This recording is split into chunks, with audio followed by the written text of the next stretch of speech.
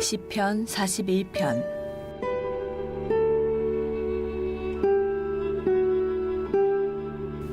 가난한 자를 보살피는 자에게 복이 있으며 재앙의 날에 여호와께서 그를 건지시리로다. 여호와께서 그를 지키사 살게 하시리니 그가 이 세상에서 복을 받을 것이라. 주여, 그를 그 원수들의 뜻에 맡기지 마소서. 여호와께서 그를 병상에서 붙드시고 그가 누워있을 때마다 그의 병을 고쳐주시나이다. 내가 말하기를 여호와여 내게 은혜를 베푸소서. 내가 주께 범죄하였사오니 나를 고치소서 하였나이다. 나의 원수가 내게 대하여 악담하기를 그가 어느 때에나 죽고 그의 이름이 언제나 없어질까 하며 나를 보러 와서는 거짓을 말하고 그의 중심에 악을 쌓았다가 나가서는 이를 널리 선포하오며 나를 미워하는 자가 다 하나같이 내게 대하여 수군거리고 나를 해하려고 꾀하며 이르기를 악한 병이 그에게 들었으니 이제 그가 눕고 다시 일어나지 못하리라 하오며 내가 신뢰하여 내 떡을 나눠 먹던 나의 가까운 친구도 나를 대적하여 그의 발꿈치를 들었나이다. 그러하오나 주 여호와여 내게 은혜를 베푸시고 나를 일으키사 내가 그들에게 보응하게 하소서. 이로써 내 원수가 나를 이기지 못하오니 주께서 나를 기뻐하시는 줄을 내가 알았나이다. 주께서 나를 온전한 중에 붙드시고 영원히 주 앞에 세우시나이다. 이스라엘의 하나님 여호와를 영원부터 영원까지 송축할지로다. 아멘, 아멘. 오늘도 이 어려운 때에 이른 새벽 미명 하나님 말씀 앞에 나오신 여러분 모두를 주님의 이름으로 축복하고 환영합니다. 어렵고 힘들 때일수록 우리는 염려를 선택하지 말고 기도를 선택해야 한다. 제가 지난 주간에 여러분에게 말씀을 선포했죠. 그 말씀을 절대로 잊지 마세요. 할렐루야. 어떤 경우에도 여러분들이 근심과 걱정과 염려를 선택하는 그런 어리석은 인생이 되지 말고요. 힘들고 어려운 문제들이 닥쳐와서 여러분의 삶을 흔들어 놓고 마음을 무너뜨릴 때 그때 여러분이 선택해야 하는 것은 바로 기도를 선택해야 하는 거예요. 할렐루야. 하나님 살아계시고 살아계신 하나님께서 기도를 선택하며 나가는 자들에게는 모든 것이 협력해서 선을 이루어주세요. 악도 선용하신 하나님. 할렐루야. 그래서 악한 이들 때문에 불평할 필요도 없고 그리고 또 우리가 예상한 대로 세상이 이루어지지 않는다고 해서 너무 절망할 필요도 없다. 왜냐하면 그 모든 것들을 통해서 결국 기도하는 자들에게는 선을 이루어 주실 것이기 때문에 이 하나님의 섭리를 믿고 신뢰할 줄 아는 믿음의 사람들이 되시기를 간절히 바랍니다. 오늘 시편 41편인데 우리가 복 있는 자라고 하는 영적인 주제를 가지고 이 대영적 주제를 가지고 시편의 말씀을 쭉 묵상하고 있어요. 그 시편을 묵상해 보면 정말로 복 있는 자의 삶이 어떤 삶인가? 우리는 다 복 받고 싶어 하잖아요. 정말 한국 사람만큼 복을 좋아하는 사람이 또 어디 있겠어요? 그래서 이름에도 복이 있고 모든 귀한 것들에는 다 보면 복자가 들어가 있어요. 그만큼 복을 열망하고 살아요. 자, 그런데 하나님이 주시는 복, 그것은 우리가 생각하는 그런 물적인 차원의 복, 그 복을 넘어서는 거예요. 그 복을 부정하는 게 아니고요. 그 복도 인정해요. 물적인 축복도 주십니다. 그 신명기의 축복을 보게 되면 머리가 될지언정 꼬리가 되지 않고 위에 있을지언정 아래에 있지 않고 구워줄지언정 구임받지 않게 해주시겠다 그랬잖아요. 할렐루야. 하나님이 이 세상 안에서도 그런 축복을 주십니다. 하나님이 주시는 축복은 전인적인 축복이에요. 그걸 아세대의 축복이다. 충만한 복. 물적인 축복도 허락해 주세요. 또 정서적인 축복도 주시고 영적인 축복까지 주시니 이 전인적인 축복을 누리며 살아가게 된다. 저는 말하기는 여러분이 이런 복 있는 자의 삶이 여러분의 인생이 되길 바라고 또 여러분의 자녀들이 이런 복 있는 자의 삶을 살아갈 수 있도록 여러분의 자녀들을 위해 기도하는 믿음의 부모들이 되시기를 간절히 바랍니다.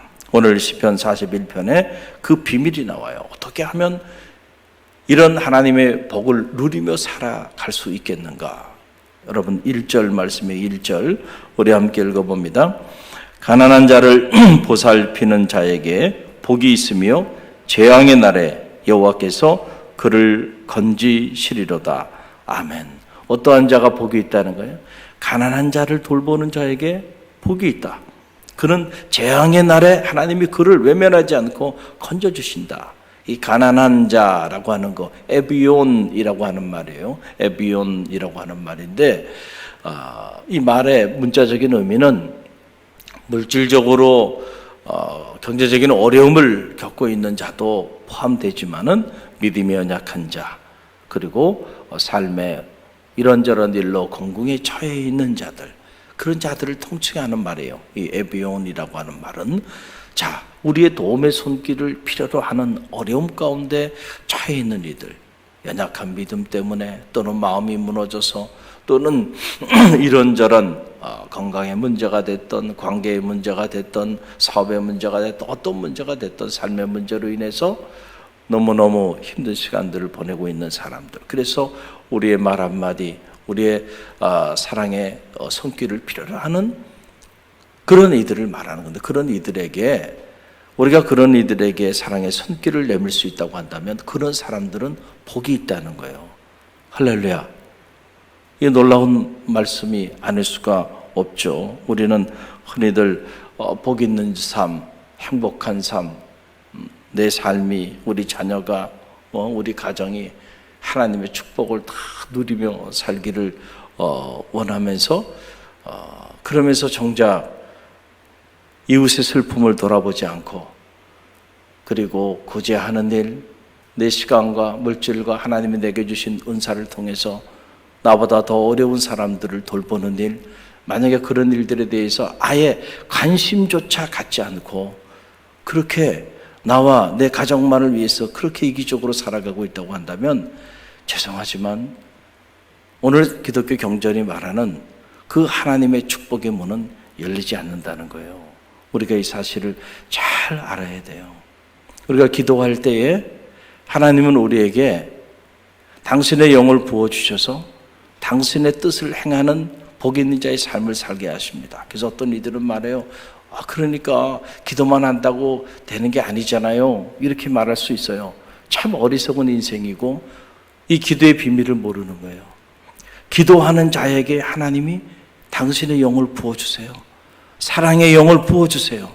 그래서 기도하는 자들이 정말로 우리의 도움의 손길을 필요하는 자들에게 사랑을 나눌 수 있어요. 저 탄자니아 작게 섬마을까지도 우리가 사랑의 손길을 펼칠 수 있는 거, 기도하는 자들에게 성령께서 마음을 터치해 주실 때나 가능한 일이에요. 그렇지 않고서는 인간적으로는 불가능한 일입니다. 그렇기 때문에 여러분, 우리가 이 영적으로 기도할 때 하나님 우리로 하여금 복 있는 자의 삶을 살아갈 수 있도록 때로는 당신의 말씀으로 깨우쳐 주시기도 하시고, 또 때로는 우리가 그런 마음을 가질 수 있도록 우리에게 당신의 영을 부어주시기도 하시고, 또 그 일을 행할 수 있는 물질도 우리에게 허락해 주시고, 할렐루야, 지혜도 주시고 건강도 주시고 능력도 주시고 형편도 허락해 주신다라고 하는 그런 사실입니다. 그래서 오늘 말씀을 가만히 보게 되면 그냥 재앙의 날에 우리를 건져주시는 거, 이 정도가 아니고요. 오늘 이 시편 41편에 하나님이 우리에게 약속하신 축복을 보면 놀라운 복들이 나와요. 그게 2절로 3절 말씀인데 2절로 3절 함께 읽어봅니다. 여호와께서 그를 지키사 살게 하시리니 그가 이 세상에서 복을 받을 것이라. 주여 그를 그의 원수들의 뜻에 맡기지 마소서. 여호와께서 그를 병상에서 붙드시고 그가 누워있을 때마다 그의 병을 고쳐 주시나이다. 아멘. 저는 만약에 여러분이 이 축복을 누리게 되기를 간절히 바랍니다. 자, 가난한 자, 우리의 도움의 손길을 필요로 하는 자, 그런 자들을 돌보는 사람들은 첫째는 어떤 축복을 준다는 거예요? 재앙의 날에 반드시 건져주신다. 할렐루야. 아무리 재앙이 내려워져도요, 하나님께서 그런 자들은 눈동자처럼 지켜주세요. 그의 날개 아래 품어주신다. 염려할 필요가 없다는 거예요. 또 하나 오늘 말씀 보게 되니까, 자, 지켜주신다는 거죠. 그래서 여호와께서 그를 지키사 살게 해주신다. 죽게 만들어 놓지 않고 살게 해주신다. 지켜주셔서 반드시 살게 해주신다는 거예요. 할렐루야. 세 번째로 보게 되면 이 세상에서 복을 받을 것이라. 그러니까 저 세상에서 복을 받을 것이라가 아니고 이 세상에서 복을 받을 것이라. 우리가 예수 그리스도 안에서 하나님을 아버지로 우리가 모시는 순간 이미 이 땅 너머의 그 영원한 세계에 대한 축복은 이미 다 받은 사람들이에요. 영생의 축복을 다 받은 사람들이에요. 이 땅에 나그네의 순례 여정길을 지나는 이 여정도 행복하게 해주시고, 이 여정길에서도 복받은 자의 삶을 살게 당신의 풍요로움으로 채워주신다는 거예요. 할렐루야.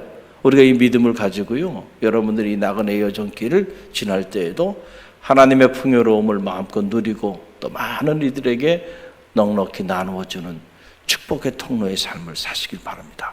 진짜 부자죠. 1000명, 10,000명이 먹고 살 거를 혼자 깔고 앉아서 나 부자라고. 그 사람 부자 아니에요. 정말 부자는 1000명, 10,000명을 먹여 살리는 사람이 진짜 부자예요. 할렐루야. 여러분들 그런 사람들이 되시기를 간절히 바랍니다. 또 오늘 말씀 보게 되니까 원수들의 손에서 건져주신다. 세상을 살다 보면 참 안타까운 사람들 많이 있어요. 그렇죠? 그런 사람들 때문에 우리가 힘들고 어려운 거예요. 아무리 여러분의 자녀가 똑똑하고 바른 길을 걸어가도요, 주변에 여러분의 자녀들을 정말 여러분의 자녀들을 위해서 사랑하고 후원하고 같이 기도하고 그렇게 함께 동역하는 그러한 사람들을 만나는 건 너무너무 중요한데, 그런 사람들이 아니고 온통 대적들, 원수들, 어떻게 하더라도 여러분의 자녀들의 앞길을 막으려고 그러고 시기하고 질투하고 투기하고 함정을 파놓고 온통 그런 사람들이 주변에 있다고 한다면, 아무리 여러분의 자녀가 홀로 무음하고 홀로 올바르고 홀로 똑똑하다고 해도 인생 행복하게 살아갈 길이 없어요. 만남의 축복을 주셔야 돼. 할렐루야. 좋은 배우자도 허락하시고 좋은 동료, 친구, 선후배도 만나야 되고 좋은 스승도 만나야 되고 좋은 영적인 지도자도 만나야 되니, 그런 만남의 축복을 가져야 진정 그 인생이 행복한 인생이 될 수 있어요. 그래서 원수들, 대적들, 거기서 허덕이는 인생들을 하나님께서 건져주셔서 좋은 만남의 장으로 인도하여 주신다.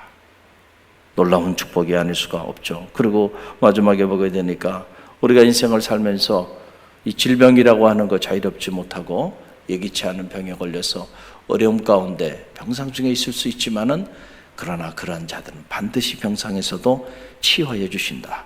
여호와 라파의 하나님, 치료하시는 하나님, 치료의 광선을 허락하여 주셔서 히스기야를 다시 살려주셨듯이, 할렐루야, 치료하여 주신다. 그런 자들은. 자, 여러분, 이 축복을 누리고 싶으세요? 아니면 이 축복을 여러분의 인생에서 가로쳐버리고 이 축복을 한 번도 경험하지 않고 그렇게 살고 싶으세요? 다 누리고 싶으시죠? 여러분이 여러분의 자녀를 위해 기도하는데 뭘 위해 기도하냔 말이죠. 자녀들을 위해서.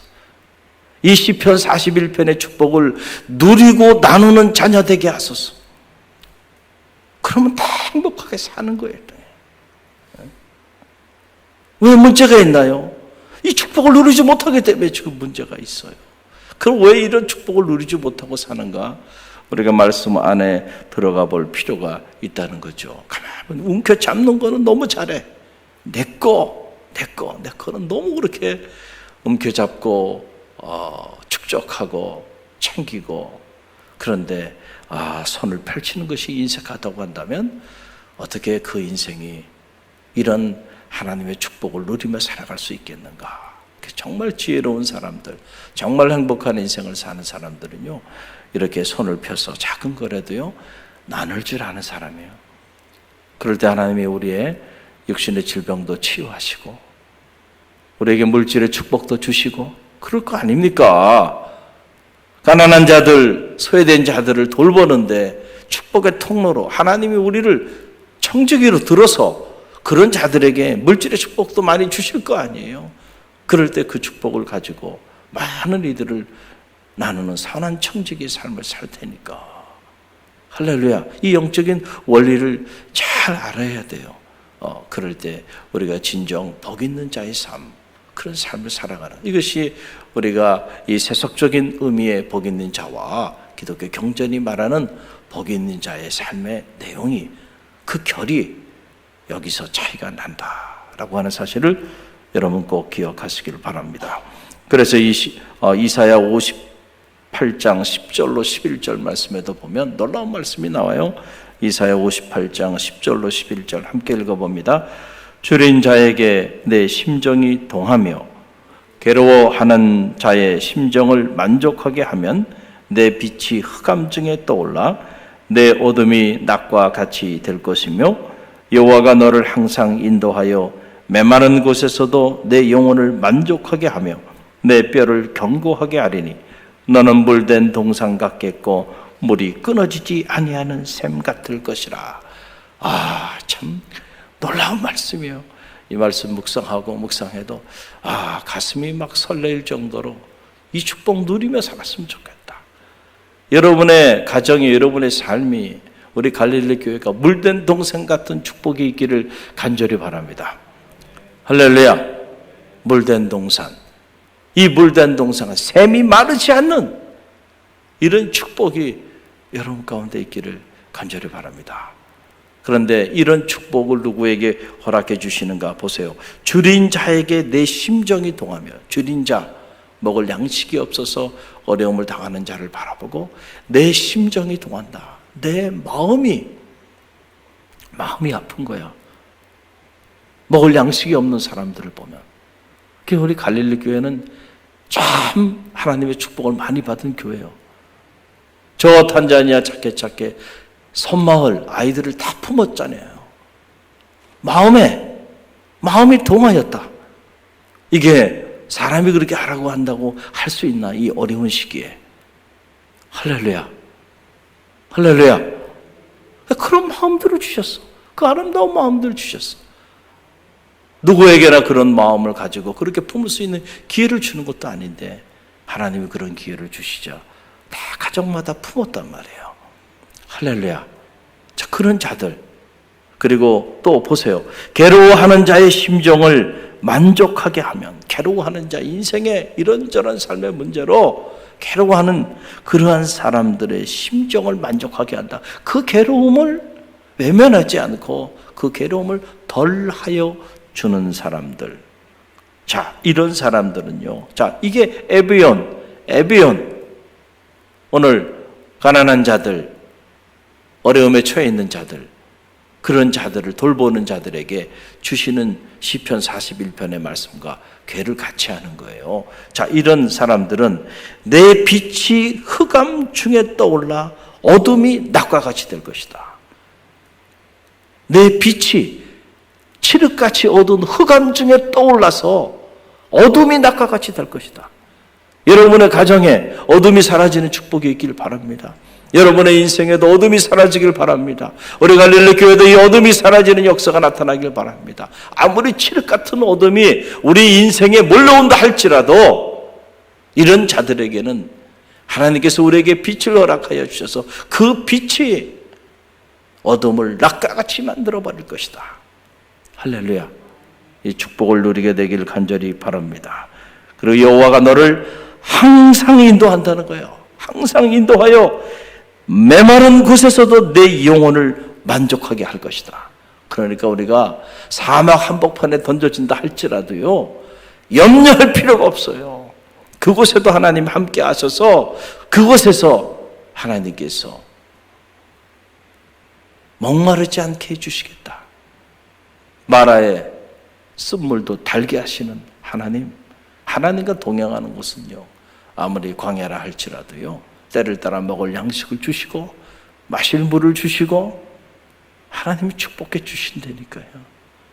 환경에 지배를 받지 않는 삶을 사는 거예요. 그리고 내 뼈를 견고하게 하시겠다. 여러분, 이 뼈를 견고하게 한다고 하는 말은 우리의 육체의 건강을 하나님께서 책임져 주시겠다라고 하는 그런 말씀이에요. 뼈를 견고하게 하시는데 5장 6번은 견고하게 해주시지 않으시겠어요? 하나님이 창조하신 피조물인데 하나님이 원하시면, 하나님이 한번 바람 한번 부시면은 회복의 은혜가 나타나지 않을까요? 그래서 너희들의 삶에 물된 동산같이 샘이 메마르지 않는 축복을 허락해 주시겠다. 우리가 이 결론만 가지고 여기저기 물된 동산이라는 간판 붙여놓고 그냥 물된 동산 축복 달라고 그렇게 기도하는데, 어떤 사람에게 이런 물된 동산 같은 축복을 주시는지를 알아야 된다는 거예요. 줄인 자에게 내 마음이 동하는 사람들, 괴로워하는 자의 그 심정을 달래줄 수 있는 그런 사랑의 마음, 긍휼히 여기는 마음, 그런 마음을 가지고 살아가는 사람들에게 주시는 축복임을 여러분 꼭 기억하시기를 바랍니다. 여러분, 그래서 지혜자는 잠언 1장 25절 말씀 보게 되면 지혜자는 이렇게 말하고 있어요. 구제를 좋아하는 자는 풍족하여질 것이요, 남을 윤택하게 하는 자는 윤택하여지리라. 이야, 참 엄청난 영적인 원리죠. 이 세상 사람들은 이 진리를 알 길이 없어요. 구제를 좋아하는 자가 어떻게 풍족해질까? 남을 구제하면 내 것이 다 사라지는데, 그런데 아니에요. 나눠보세요. 적은 걸 나눴지만 훗날 더 큰 것으로 채워주실 거예요. 놀라운 원리가 여기 있습니다. 여러분이 정말로 남을 해하는 것이 아니고 남을 윤택하게 하는 삶을 살아보세요. 그 사람의 삶은 반드시 더 윤택해질 겁니다. 그 일 때문에. 할렐루야. 이게 놀라운 영적인 원리예요. 심은 만큼 거두는 거예요. 콩 심으면 여러분 콩을 거두고 팥 심으면 팥을 거두는 거죠. 여러분들이 사랑을 심으면 그 사랑을 심은 그 씨앗이 결국은 열매가 돼서 여러분과 여러분의 자녀들에게 돌아오는 거예요. 할렐루야. 우리가 이 영적인 원리를 모르고 자꾸 우리가 심을 줄 모르요. 농심을 가져야 하는데, 농부의 마음을 가지고 살아야 되는데, 농부가 씨앗을 가지고 좋은 종자를 다 가지고는 밭에 뿌릴 줄을 몰라. 아까워서. 이 씨앗이 너무 아까워서.